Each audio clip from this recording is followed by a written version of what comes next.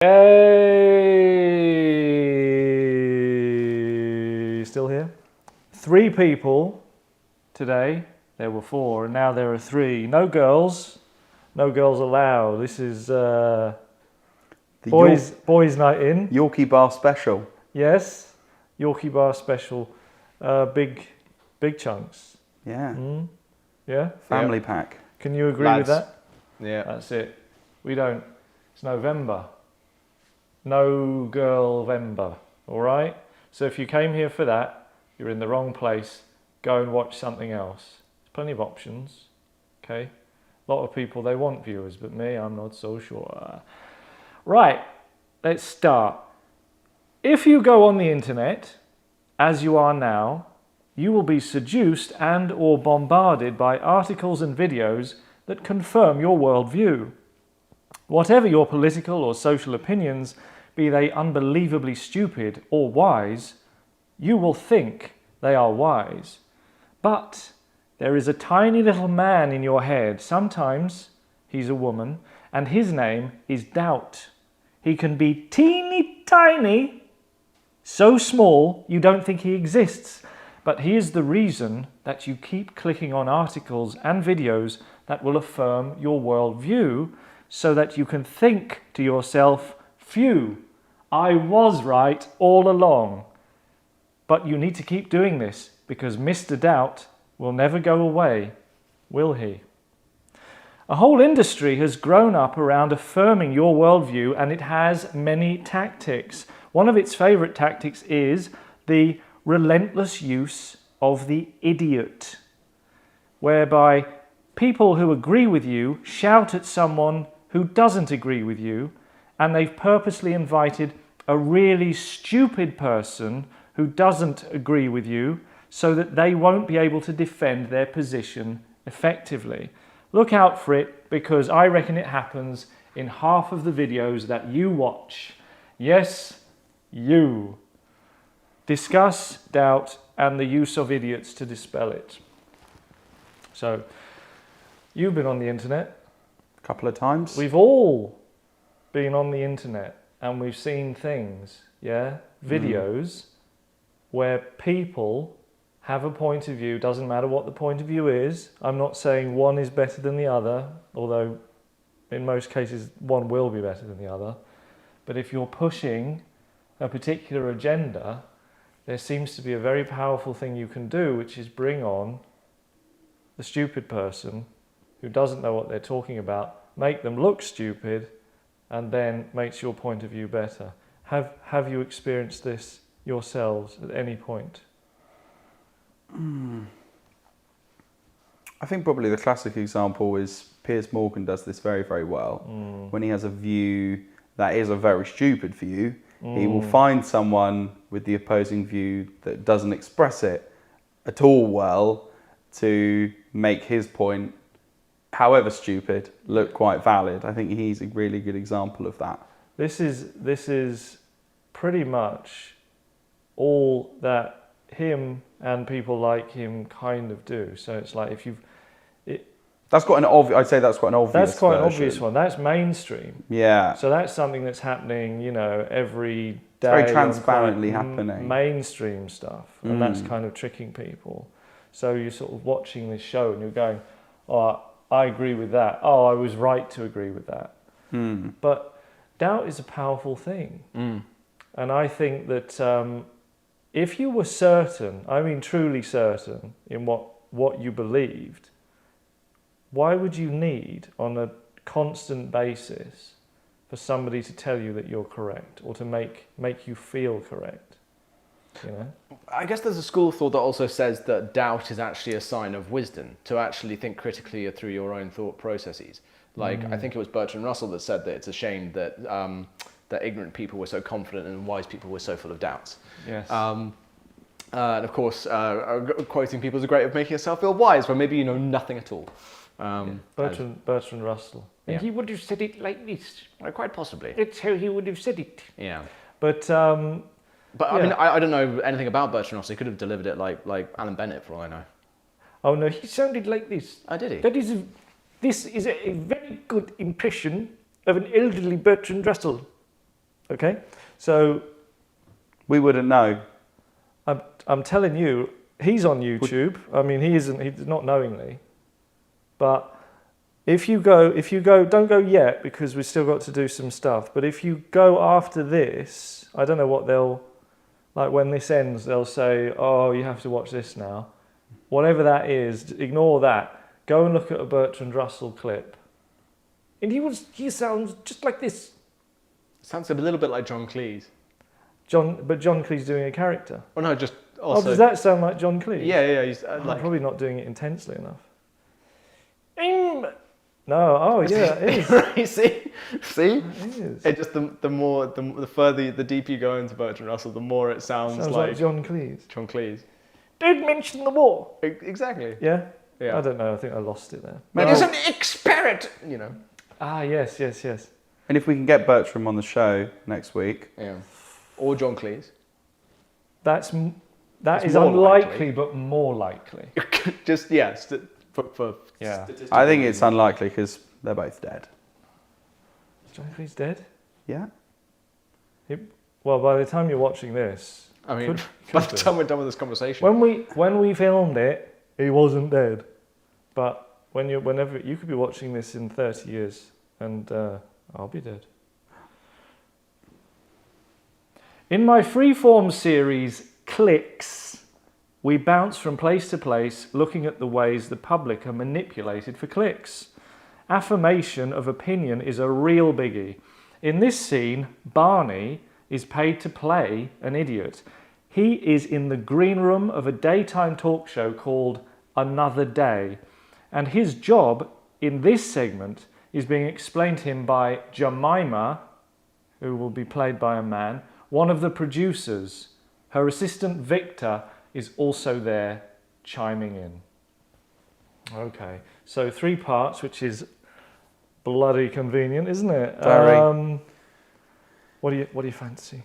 Barney, any relation to the purple dinosaur? No, he's the cousin of Barney Rubble. Yeah. Mm. Okay, and that's one of their points of they don't get on because they're like, we've got the same name. Why couldn't our parents have sorted that out?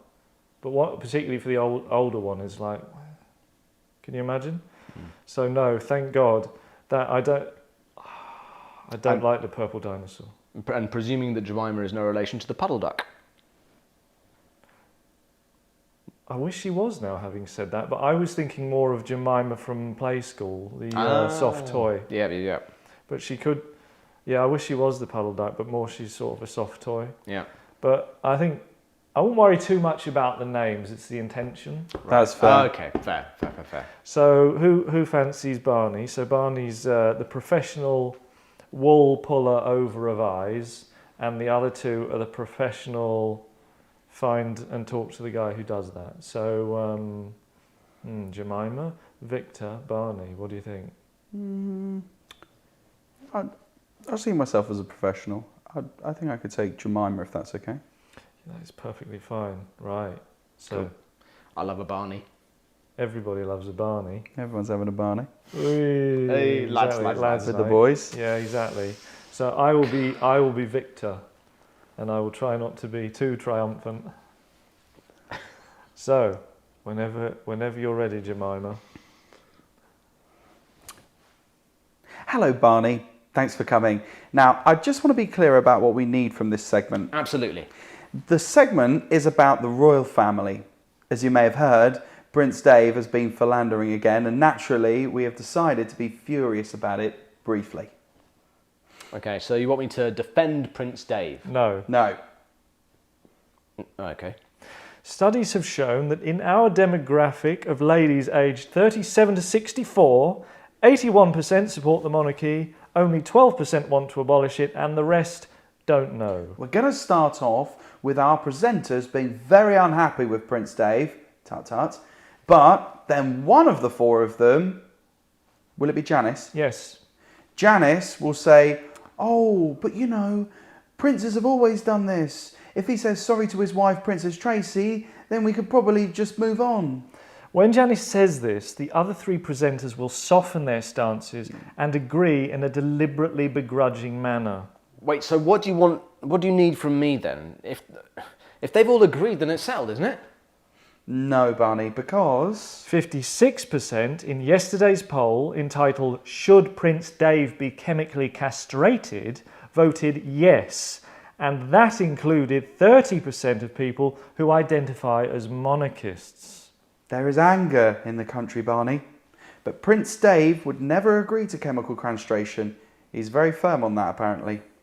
It's a narrow margin, so it can be swayed. Ah, now I understand. You want me as a man to go on an all-ladies fronted show, attack the man and the monarchy fiercely. Bingo! So, like, he should be thrown in the tower. What do we need princes? No, better. What do we need princes and princesses for anyway? Oh, perfect. Princess Tracy is the victim, but you're calling for her to suffer as well. It's so good, Barney. You're a legend at this stuff. Okay. Oh, come to think of it, what has the king ever done for any of us? Then I'm assuming they'll be ready with facts. That's right. Stick to the slating their existence. The ladies have a list of charity staff and the time that Prince Dave helped up that old lady when she fell over on camera about 25 years ago. We've got the video lined up. Oh, this will be a cinch. I'll make sure not to shake hands with the ladies either. That's it. Be a real git. Then we can associate your point of view with horrible people. That 56% for chemical castration will melt away. Nice. Nice one. Well, I think I'm ready. Great. 3 minutes until we're live. Thanks, Barney. Nice one. Yeah, I wasn't really, when I wrote that, I didn't have a full awareness of what chemical castration was, like how it plays out. And I actually wrote the line that 56% for chemical castration will melt away. And I wondered Whether the melting away. But it's nice not. pun, but it's not No, that at all. it's not like that. It's not like that. Would have been good. Having written it, I was like, I hope that's how they do it. You know. But What is it? I think You don't have to go too deep. it's not. It was less chemical and more knifey than I thought. Actually, I Right. wouldn't have used like the. You know, I wouldn't have said. I probably wouldn't have bothered with using chemical. I'd have just gone, knifey. Knifey chop chop. Bladey castration. Give it But the old they were snip like- snip. Yeah, I think maybe there's like some form of anaesthetic involved. Okay. But no melting. So that's a pity. But it's the first draft. Okay, well, I think let's do it one more time because it is a fun scene. And you can imagine these media type characters, can't you? You've met some. I bet you did. Yeah, sure. I've met some. Went for a coffee with some before, and They love coffee. Yeah. too much. And I think that's part of the problem. You know, I won't drink it after 4 p.m. because you shouldn't. It keeps me up. Not like that. Okay. Jemima, start when you want to start. Hi, Barney. Thanks for coming. Now, I just want to be clear about what we need for this segment. Absolutely. This segment is about the royal family. As we have heard, Prince Dave has been philandering again, and naturally, we've decided to be furious about it briefly. Okay, so you want me to defend Prince Dave? No. No? Okay. Studies have shown that in our demographic of ladies aged 37 to 64, 81% support the monarchy, only 12% want to abolish it, and the rest don't know. We're going to start off with our presenters being very unhappy with Prince Dave, tut-tut, but then one of the four of them will be Janice? Is that right? Yes. Yes, Janice will say, oh, but, princes have always done this. If he says sorry to his wife, Princess Tracy, then we should probably just move on. When Janice says this, the other three presenters will soften their stances and agree in a deliberately begrudging manner. Well, what do you need me for then? If they've all agreed, then it's settled, isn't it? No, Barney, because 56% in yesterday's poll entitled "Should Prince Dave be chemically castrated?" voted yes. And that included 30% who identify as monarchists. there is anger in the country, Barney, but Prince Dave would never agree to chemical castration. He is very firm on that, apparently. It's a narrow margin, so it can be swayed. Now I understand. You want me, as a man, to go on a ladies' fronted show, attack the man and the royal family. Fiercely. Yes, bingo. So it's like, he should have been thrown in the tower. What do we need princes? No, better. What do we need princes and princesses for anyway? Perfect. Princess Tracy is the victim, but you are calling for her to suffer as well. It's so good, Barney. You are a legend at this stuff. Come to think of it, what has the king ever done for us anyway? Then I'm assuming this will be, they will be ready with the facts. That's right. Stick to slating their existence. The ladies have a list of charity stuff and the time Prince Dave helped up that old lady when she fell over on camera 25 years ago. We've got the video lined up. This will be a cinch. I'll make sure not to shake hands with the ladies either. That's it. Be a real git. We can associate your point of view with horrible people. That 56% for chemical castration will melt away. Nice one. Well, I think I'm ready. Great. 3 minutes until we're live. Thanks, Barney. Well, that was certainly upbeat. Zesty. I think yes, like a lemon. Yeah. Sicilian lemon. Have you seen those? Oh, yeah. Really big, so big they can get. Yeah, they import them over. Yeah. You don't, I mean, in supermarkets, they're just sort of like a handful. But over, they get like that. Wow. Yeah. And very sort of like they're old, you know, they sort of all wrinkled and quite. Have you seen them? No idea. No. If you ever go to like Sorrento, Sage and Bailey is another shop that will do something like that. I've never been to one. yeah. I've walked round one, kind of like a museum for where posh people buy food. But they'll do you a lemon in there for £3. Now, clicks. It's a fun look at the way perhaps the public might be manipulated, if that's not too strong a word. I don't know that this particular scene is that far divorced from reality. No. I wouldn't have thought so, no. And the thing is, like, it's a scene where everyone's kind of in agreement. Like, there's not a lot of conflict of ideals. Like, so trying to get, like, I found it a little bit difficult to make the character like anything other than myself, because there wasn't a huge point of difference between him and Victor, for instance, or him and Jemima. We all seem to be on the same page. If you don't believe in anything, I think this is how you can kind of come across. Because if any of these characters really had scruples, were really like, well, actually, it's not on for Prince Dave to do that. I'm unhappy about it. I don't think we should take this route. I think we should go for him. Or even if they're from the other side of things, they're just saying, oh, but I really like Prince Dave. I really like the monarchy. I'm not, I've got no, we just shouldn't criticise the guy. If he wants to screw around, that's up to him. But these people, you just feel are kind of fluid and are really like, what will make my life easier? What makes, things are going well, what will maintain the status quo for me, you know? And often that's about maintaining every form of status quo. So Prince Dave may or may not, but he did help up that old lady. I did say that. I think the script is genius, by the way. Oh, wow. I mean, I don't think I've congratulated you on the others like this one, but I think it's really clever, and I really believe in this one. Yeah, you're watching? Yeah. And I think my question is like, I think it's not far from the truth, but do you think this level of detail goes into the setup and the angling of like these discussion shows? Well, I think I think it would be worse if it were like this. It's conceivable to me that it isn't quite this Machiavellian, and Barney is just an idiot.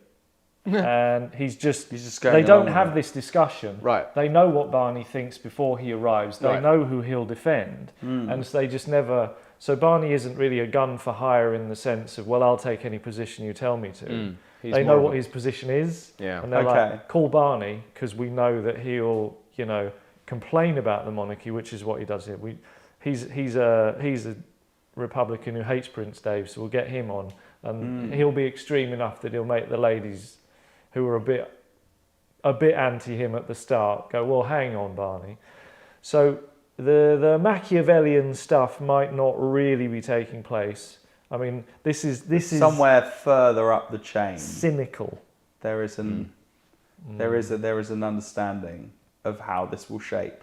But it's interesting because who is controlling that? Because you could say that the percentages and the statistics are all coming from the way the population thinks and feels and believes, but that is that either being shaped by the media, or is that being shaped by the general population consensus, which is moving in a systemic direction? Are they reacting to a poll result that they themselves brought about by the way that they behaved earlier? So they've decided, looking at the polls that they cite, okay, that look, the monarchy is safe, yeah, because we're at like 81% or something. So we're not going to overturn the monarchy. So we can be a bit mean about them, but we're not going to overturn it. This chemical castration thing in the 50s is a bit of a worry. So we kind of want to knock that on the head, if I'm allowed, without better words possibly. Yeah. So See what you've done there. it's I mean, this is the thing. This is what makes the whole idea. I suppose it's like a series of plays, if you like. This is not one of my continuing series ideas where we have the same character over and over again. Although obviously these characters, we can tell from here, are kind of rich enough to do that. So this is something where do you remember the afternoon play? Remember the afternoon play? Or the play of the day. Yeah, Like that's Ken what they Loach. called it. Yeah. And they'd have it on in the afternoon, which is when they did call it the afternoon play, apt. In those kinds of things, you didn't revisit those people. It was just that they did a thing and they carried it through on Monday. On Tuesday, it was just it's totally different actors doing a completely different thing. So this is maintained by a thread of interest, clicks. How do we get them? What are they for? Who determines them, and to what end? Who's pushing whose button? Yeah, a lot of button pushing. And where are the buttons concealed? And why? Why are the buttons there? What are they made of? Are they plastic? Are they wood? Do you have wood buttons? On bags more than shirts.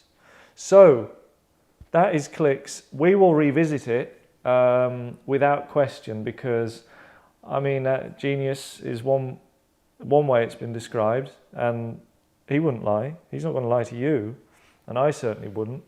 It's the media that does that. Bye.